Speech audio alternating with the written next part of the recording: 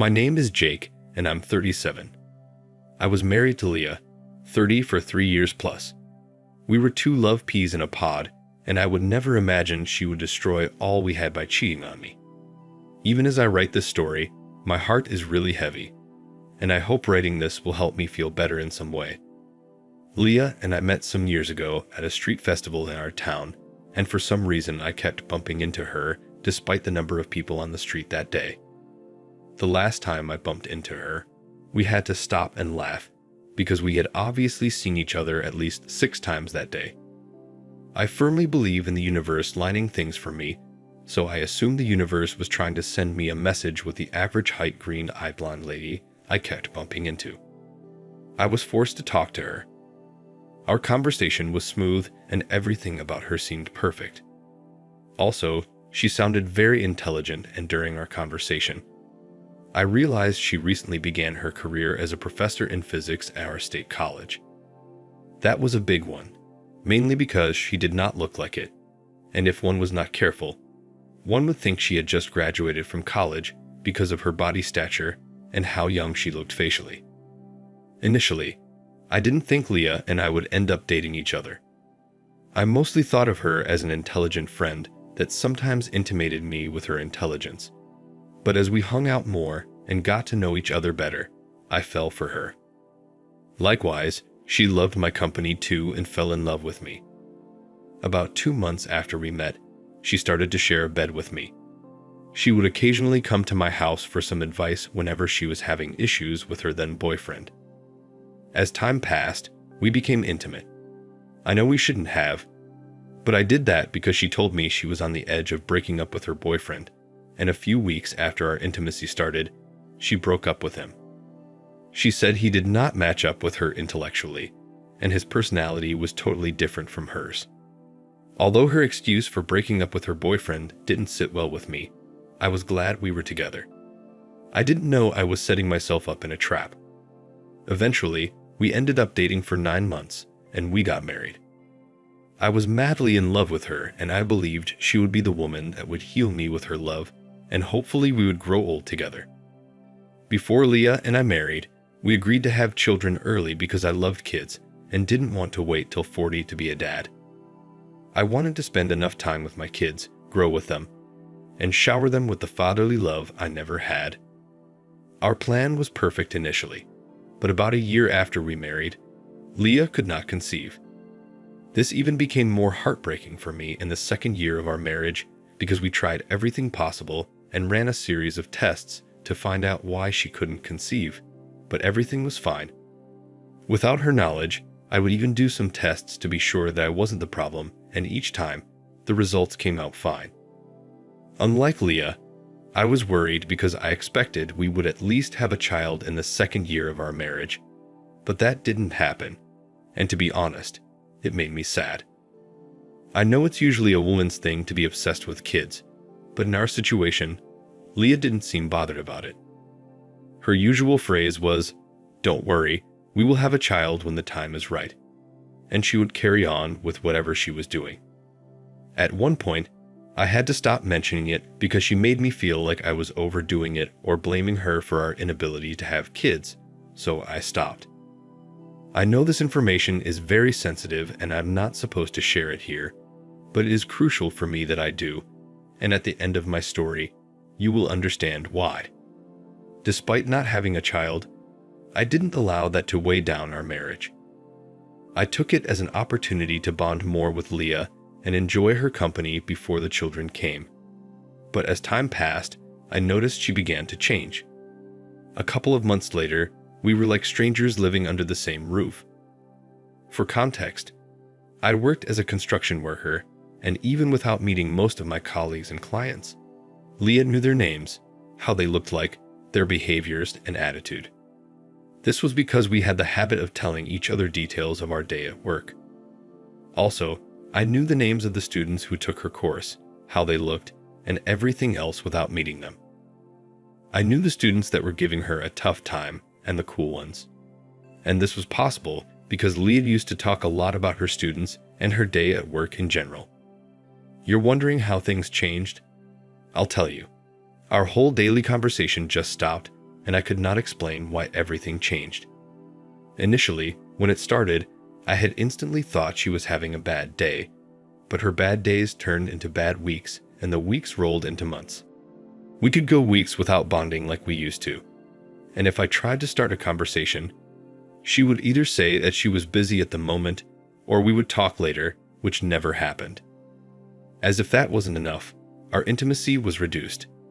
It got to the point I started begging to touch her, but no matter how much I tried, she would never agree. Instead, she would get offended and walk out of the bedroom. Whenever she did, it was a slap on my ego, and it would break my heart at the same time. I felt she was denying me my husband's rights, and she was trying to avoid us having a child. But because I loved her so much, I was patient and tried not to make a big deal out of it. As funny as it sounds, I believed she would realize she was pushing me away and would try to make things right, but that never happened. Instead, she grew more distant, and we almost became beefing roommates because our communication dropped terribly. At this point, you might be thinking I should have done some investigation to find out why she suddenly changed. But I didn't. I was blinded by love and wanted things to work out between us.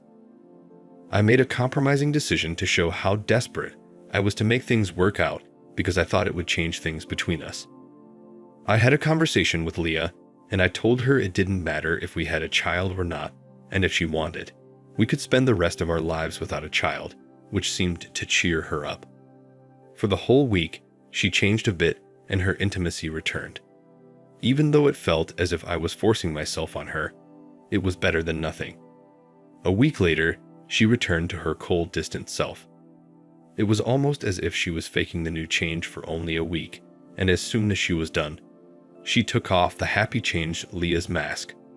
This was very frustrating for me. It affected me at work and affected my ability to sleep. When I hear how couples say they can go a whole week without connecting or talking to each other while living in the same house, I wonder how they do it because in my situation, it was taking its mental toll on me. On the other hand, Leah didn't care. She would return from work in a great mood, make dinner or lunch for herself, focus on her books and laptop for the rest of the evening, and whenever she was tired, she would go to bed. The following day, she would repeat the same cycle and leave me to wallow in my loneliness. Towards our 3rd anniversary, I decided to make things right by celebrating her the whole week, buying her something nice, and taking her to a new fancy restaurant that had recently opened in our town. I had already made preparations and reserved a table for us. Even after reminding her with text messages the whole day, she didn't show up. She didn't even return home that night. She claimed she slept off at her fellow professor's house while in the middle of a project they were working on. That was the last straw that broke the camel's back for me. I had had enough already. I was emotionally drained, mentally sick, and tired of everything happening. Already, I had been battling with the thought of Leah cheating on me, but I chose to give her the benefit of the doubt. I guess I refused to admit there was a possibility of her cheating on me because of how broken and devastated I would be to find out that the woman I loved and adored was having an affair with someone else. So, after everything that happened on the week of our anniversary, I did some digging, found one of those private investigators online, and hired him to see if Leah was up to something behind my back. While the private investigator followed Leah around, I tried to do some dating on my own. On the nights I knew she was utterly exhausted and deeply asleep, I'd use her fingerprint to unlock her phone and go through it.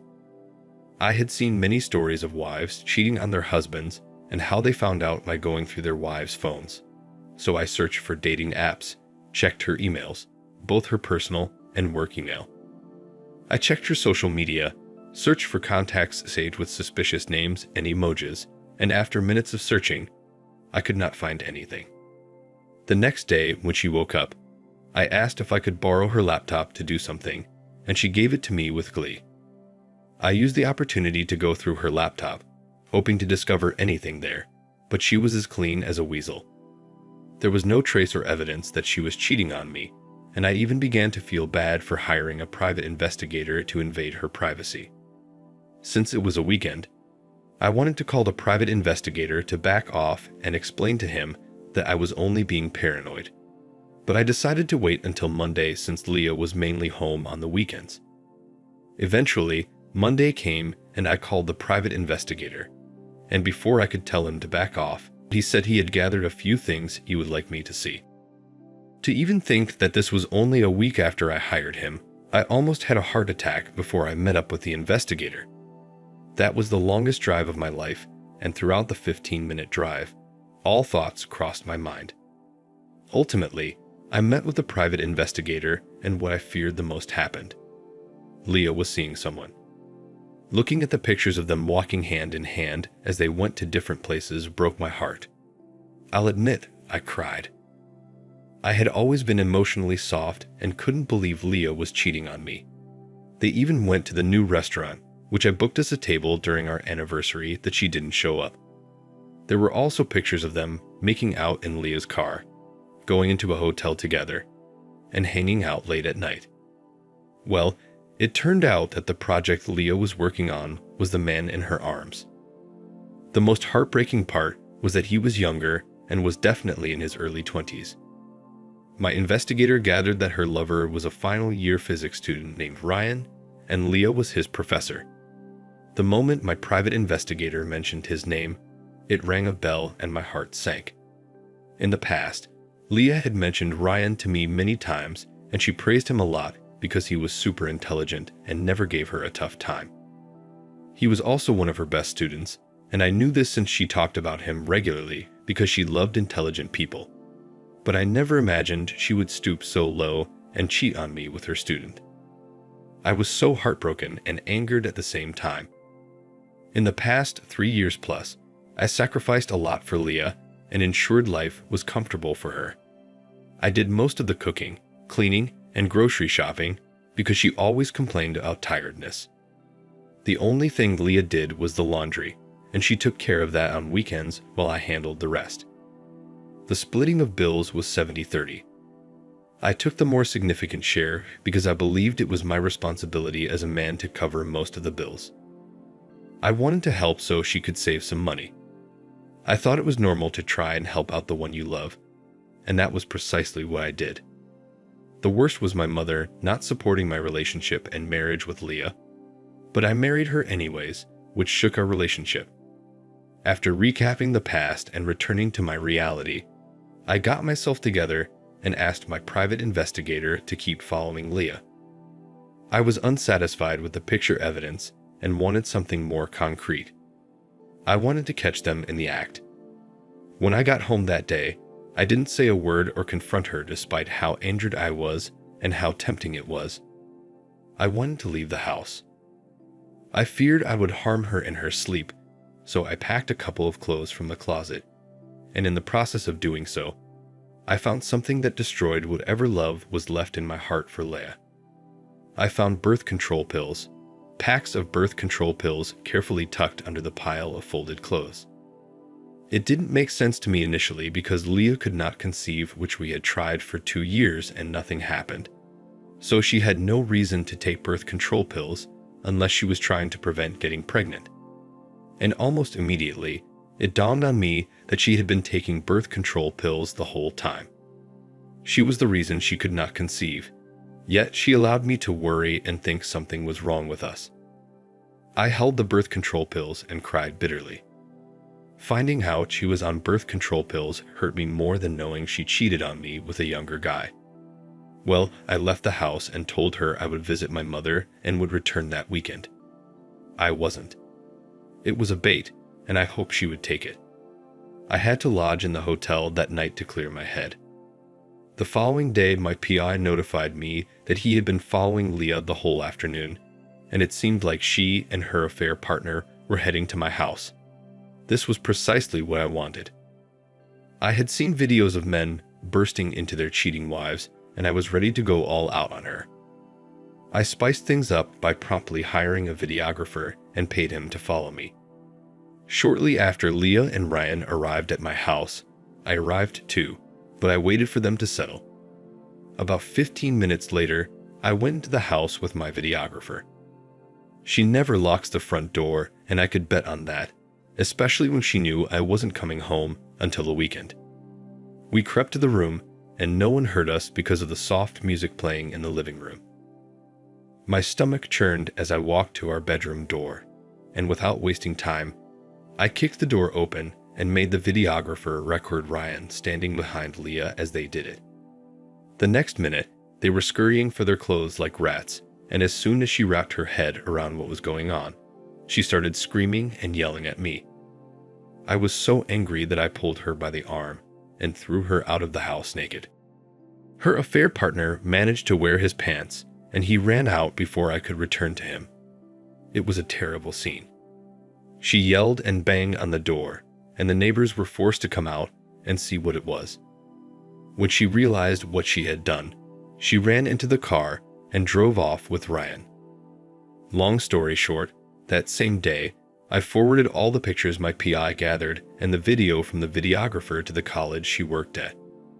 I got the idea from one of the many stories I've heard, and I knew how it would end, and things turned out as expected. The following week she was fired, and her dear lover was expelled in his final year. Leah kept blowing up my phone and promised to make my life miserable since I ruined hers, but I gave her no response. The only thing on my mind was how I was going to begin the whole process of divorce. I just wanted her to be out of my life for good. She returned home to pick some of her belongings, but I had no idea where she went. I used the rest of the week to look up divorce lawyers in the area and eventually found one. So I booked a meeting and went for the appointment. I made up my mind and filed for a divorce. A couple of days later, I met with Leah and gave her the divorce papers. She was stunned that I wanted to divorce her, and instead of signing it, she laughed and said she did me a favor by marrying me, and from the onset, I was too dumb for her. I swear that hurt, but I covered it up with a smile. I had never seen her for the beast she was. The part that really messed with my head was that she showed no remorse. Instead, she kept talking about how I was lucky to be with her, and how I wouldn't last a month without running to beg her to take me back. She didn't sign the divorce papers, she just took them instead. She said she was giving me time to get over my hurt feelings and to think about the mistake I was about to make, and then she left. The effrontery. She didn't know I found the birth control pills, and I didn't mention anything about it. I thought she would bring up her being sacked due to breaking the rules, but she didn't. She focused more on me coming back to her. A couple of months later, and with a lot of persuasion, she eventually signed the divorce papers, and we officially got divorced. But my story with Leah didn't stop there. I would not have believed it if someone had told me that Leah would break in a matter of months. The first time we met for her to sign the divorce papers, she acted tough, like she was the only existing woman on earth. But after we divorced, she turned into a new person. She kept blowing my phone and sent me multiple messages on Facebook. I was even forced to block her number and block her on social media, but that didn't stop her. A few weeks later, she showed up at my door, looking all miserable and in tears. Immediately, I opened the door and she saw me. She went on her knees and started to cry. She begged me to take her back, saying if I did, she would turn a new leaf. She went on to talk about how life had been hard for her without me in it, and how she had nowhere to stay, and her car was about to get repossessed if I didn't help her. She had lost her job, and due to her tarnished reputation, she wasn't getting any other work. She had wasted all her savings on her student boyfriend, shooting him in the best restaurant, and gifting him the fanciest clothes, and now she's broke. Seeing her there enraged me again, and I tried to shut the door in her face, but she pushed forward. When her first pleas did not work, she pulled a different card and said she had a confession to make. She exhaled deeply and explained that she could not get pregnant for the 2 years we had tried because she was on birth control pills. She said she took them because she was not ready to become a mother back then, but now she was ready, and if I take her back, she would get pregnant, and in a few months, we would have the child I've always wanted, and we'd be a big happy family. I allowed her to explain herself, and after she was done, I told her I already knew about the birth control pills she was taking. The expression on her face was worth framing. Before she could say another word, I told her that even if I could forgive her for cheating on me, I could never forgive her for making a fool out of me. I said she watched me as I worried for her and myself. I even prayed every night for us because I had run out of options, and prayer was the only thing left. I did many tests, yet she didn't say a word, and she kept repeating her dumb phrase, and I believed we were on the same page. I then told her it was partially my fault, as I should have suspected she knew something when she was acting less concerned, but I felt I was being paranoid. I asked her to get off my property and promised to have her arrested if she ever showed up again. That was the last time I saw her. I have been heartbroken in the past, but I've never been so let down and devastated. I guess it's just me now. I thought all the pain and anger would go away after I ruined her career, but nothing changed. I even felt more terrible too. Did I do right by ruining her career? I want to hope I handled the situation well. Thank you for listening to my story. Thank you for watching. Like and subscribe if you enjoyed the video. See you next time.